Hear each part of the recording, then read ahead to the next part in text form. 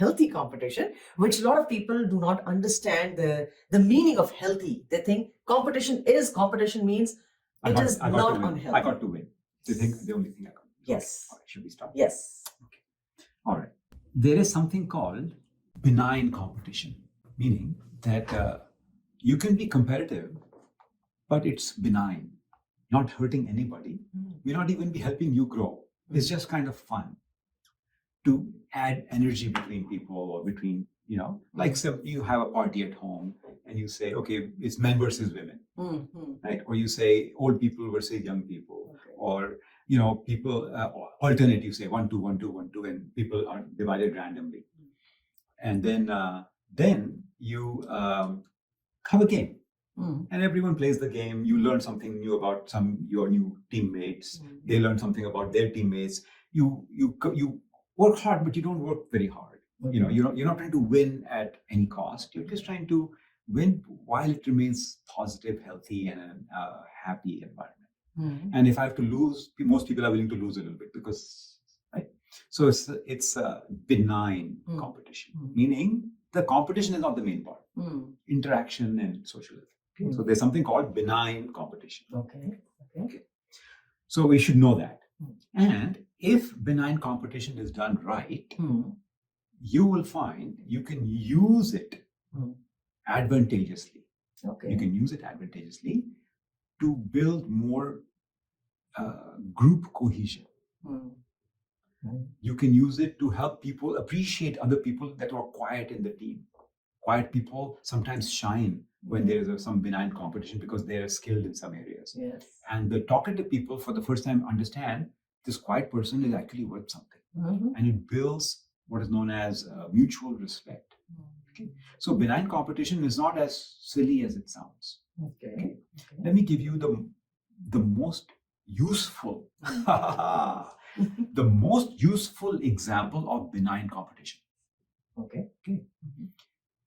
When your children are little, or whenever you run into people that are seriously competitive, play a board game, which is a dice-based board game, not even cards.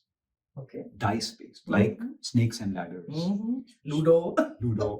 And there's a whole bunch of other Western games which have all come originally from India. Almost all board games are originally Indian. The modern ones, there's some new ones. Anyway, but you play a dice-based Monopoly. Yes. Right? A dice-based board game. What that does is that it helps people who are seriously competitive understand that winning and losing has got nothing to do with you. Yeah. It's the dice. So they learn after some winning and some losing that it's okay to lose because everyone had so much fun. And that learning has to land. They also learn that winning all the time at any cost is not a good goal. Because losing is not, they're afraid of losing. That's why they win so hard. Correct. But by playing these games, they win and lose quite frequently. And they become okay with the idea of losing. And they start to focus on then when you move to a more skilled game, then they realize it's okay to lose as long as I'm building a skill. It's okay to lose as long as I'm not beating, an 8-year-old and I'm 35 years old. No point me competing heavily and trying to beat an 8-year-old. Because, so all of this learning happens when you play a dice or a random chance-based game to lower our ego, lower our competitiveness, and increase our ability to accept reality. Okay, and find other benefits from it. Okay. So many of you may have wondered if you had children, what's the point of these games like snakes and ladders or snakes and shoots, they call it here, or even Monopoly and some just random, dice-based game. They serve this purpose for the really competitive kids. It helps them manage and cope, and they understand that, yes, my younger brother, my younger sister won, it's okay. I don't have to beat them all the time. Okay, so let's come back. Okay, then the second is another kind of competition is malicious competition. Competition in which it's not malicious by design.